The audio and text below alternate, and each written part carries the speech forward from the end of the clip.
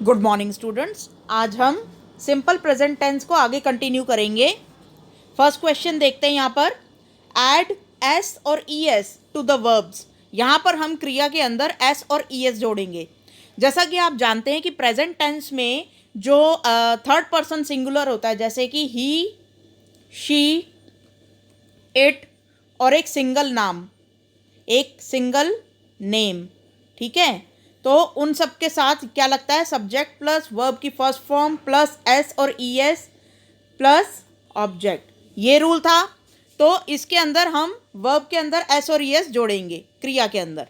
तो यहाँ पे फर्स्ट देखो, सी में क्या जुड़ेगा, ऑलरेडी डबल ई लगा हुआ है तो हम यहाँ पे एस जोड़ेंगे तो हो जाएगा सीज, इस तरीके से, ठीक है।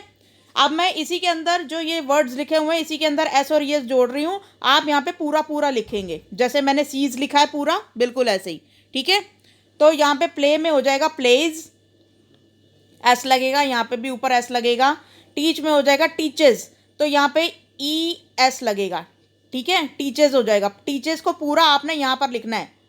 बाइट में ऑलरेडी ई लगा हुआ है तो यहाँ पे हो जाएगा एस, बाइट्स।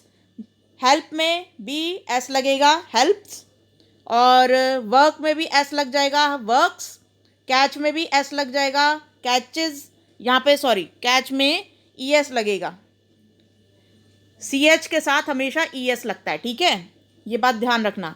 मैच में भी ई एस लगेगा, मैचेस। स्विम में एस लगेगा, स्विम्स।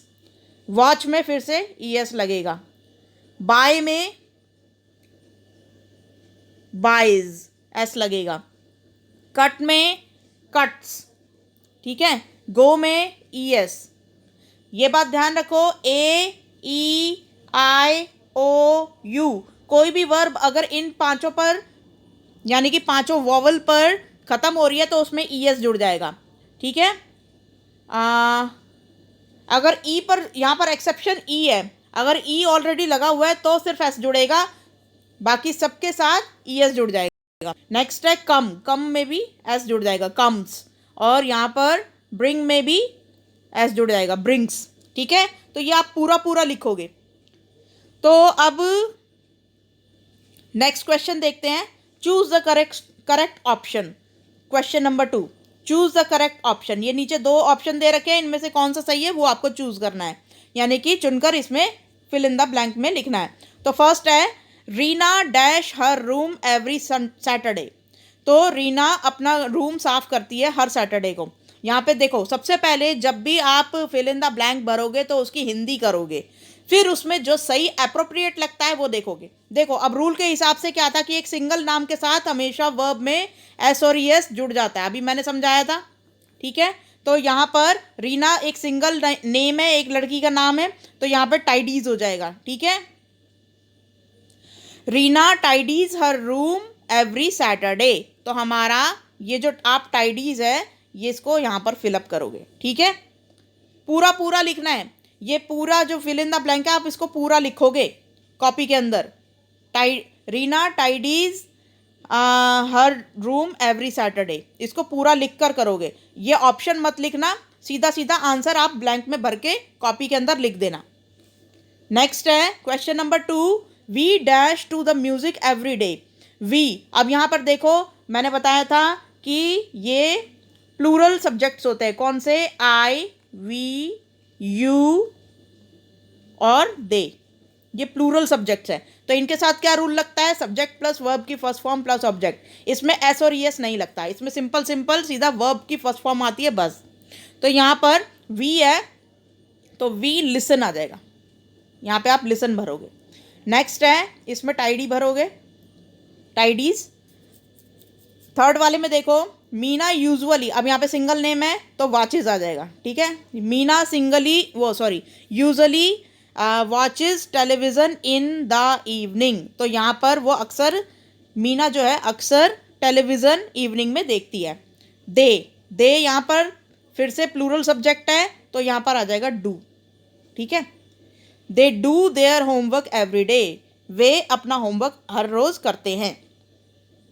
द गर्ल्स ऑफन, यहाँ पे देखो बहुत सारी लड़कियां हैं, गर्ल्स हैं, तो the girls often dash with the dolls, तो यहाँ पर आ जाएगा द गर्ल्स प्ले, तो यहाँ पर प्ले लिखोगे आप, the girls play often with the dolls, तो यहाँ पर आप पूरा इसको लिख दोगे। लड़कियाँ अक्सर अपनी, मतलब लड़कियाँ अक्सर डॉल के साथ खेलती हैं, ठीक है। ऑफन का मतलब होता है अक्सर। तो अब इसको ये फिलअप हो गया।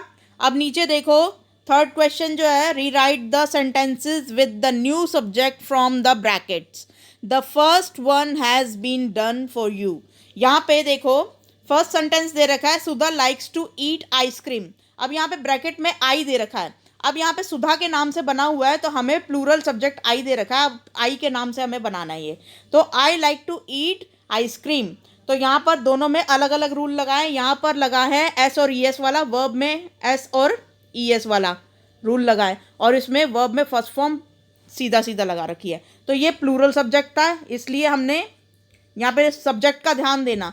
तो प्लूरल सब्जेक्ट और सिंगुलर सब्जेक्ट के बारे में यहाँ पर ध्यान देना। तो यहाँ पे देखो सुधा लाइक्स टू ईट, तो यहाँ पे लाइक में एस लगा हुआ है, और यहाँ पे I like to eat ice cream. जब भी आप अपने लिए यूज़ करोगे तो यहाँ पर वर्ब की सीधा फर्स्ट फॉर्म लगाओगे। तो अब नेक्स्ट देखते हैं, we go to the zoo every Saturday. अब हमें वी हटाकर यहाँ पे रीटा को लगाना है। तो अब रीटा एक सिंगल नेम है, तो यहाँ पर सेंटेंस है वो पूरा चेंज हो जाएगा। तो इस तरीके से आ जाएगा, रीटा गोज, और पूरा सेंटेंस एज इट इज उतार दोगे, ठीक है। Rita goes to the zoo every Saturday. Next में आ जाएगा, my brother speaks English very well. तो यहाँ पे माई ब्रदर यानी कि एक भाई की बात हो रही है, तो सिंगल पर्सन है, तो इसलिए वर्ब में एस लग गया है, ठीक है। लेकिन यहाँ पर अब हमें दे लगाना है, दे प्लूरल सब्जेक्ट होता है, तो यहाँ पे आ जाएगा दे स्पीक, SPAK, ठीक है, इंग्लिश वेल, बस, ठीक है। अब नेक्स्ट है, दे वाटर, सॉरी मैं मतलब समझा देती हूँ पहले तीसरे वाले का। मेरा भाई बहुत अच्छी इंग्लिश बोलता है, अब हमने लिख दिया है वे बहुत अच्छी इंग्लिश बोलते हैं। बहुत सारे लोग हैं जो दूसरे, वो बहुत अच्छी इंग्लिश बोलते हैं। तो अब यहाँ पे फोर्थ वाला देखो, we water the flowers in 2 days।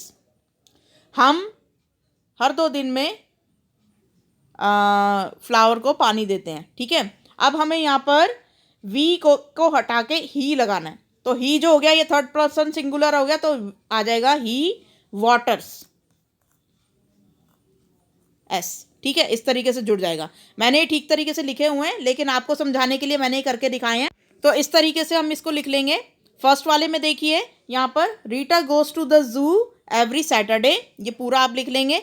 Next वाले में, they speak English well, he waters the flower in 2 days। तो हमने वही ही सब्जेक्ट यूज़ किया यहाँ पे दे सब्जेक्ट यूज़ कर लिया, और यहाँ पर रीटा सब्जेक्ट यूज़ किया है।